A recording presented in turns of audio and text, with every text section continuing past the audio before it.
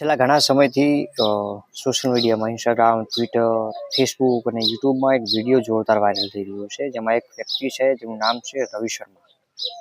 પોતાને આરસીએમ જે marketing company છે એનું એક કર્મચારી બતાવે છે. એની પાસે કરોડો રૂપિયાની પ્રોપર્ટી હોવાના દાવા કરે છે. મારી પાસે મર્સિડીઝ કાર છે, બેન્ઝ કાર છે, સ્કોડા કાર છે, 7 ગાડીઓ છે, ચલાવવાળા 2 જણા છે, જયપુરમાં હું 15 કરોડના ખર્ચે મોલ બનાવી રહ્યો છું. આવી મોટી મોટી ફાકા ફોદરની વાતો એ કરતો એ માર્કેટિંગ વિડીયોમાં જોવા મળે છે.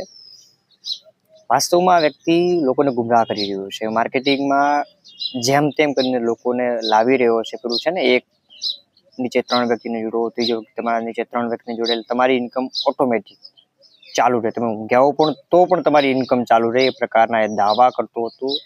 જ્યારે એની સાથે એક મીડિયા કર્મચારીએ વાત કરી ત્યારે ખબર પડી કે આવા બધા ખોટા છે.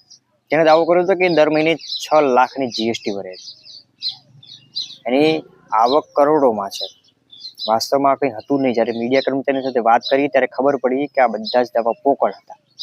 એણે પછી એવું કીધું કે આ જે મેં વાત કરી હતી 6 લાખ જીએસટી ભરવાની, એ કંપનીનું છે. જે 100 કરોડની ટર્નઓવરની વાત હતી એ પણ કંપનીનું હતું, એને પોતાનું નહોતું. જ્યારે એના ઘરે રેડ પડી ત્યારે એના ઘરે કશું જ મળ્યું નહોતું. એ જે ફોટા બધાને વાયરલ થઈ રહ્યા છે એ એકદમ ખોટા હતા ને ક્યાંક શોરૂમમાં જઈને પડાવેલા હતા.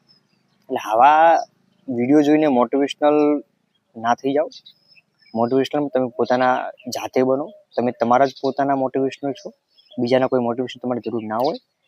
અને આવા વિડીયોના કારણે તમારા રૂપિયા, પૈસા બધું જ બરબાદ થઈ જાય. તમે મહેનત કરો. મહેનતની વાત હતી, મહેનત ચોક્કસ કરવી જોઈએ, પરંતુ કોકના કહેવાથી કે કોકના મોટિવેશનલ વિડીયોના કારણે આપણે મહેનત કરવાનું ચાલુ કરીએ એ ખોટી વસ્તુ છે.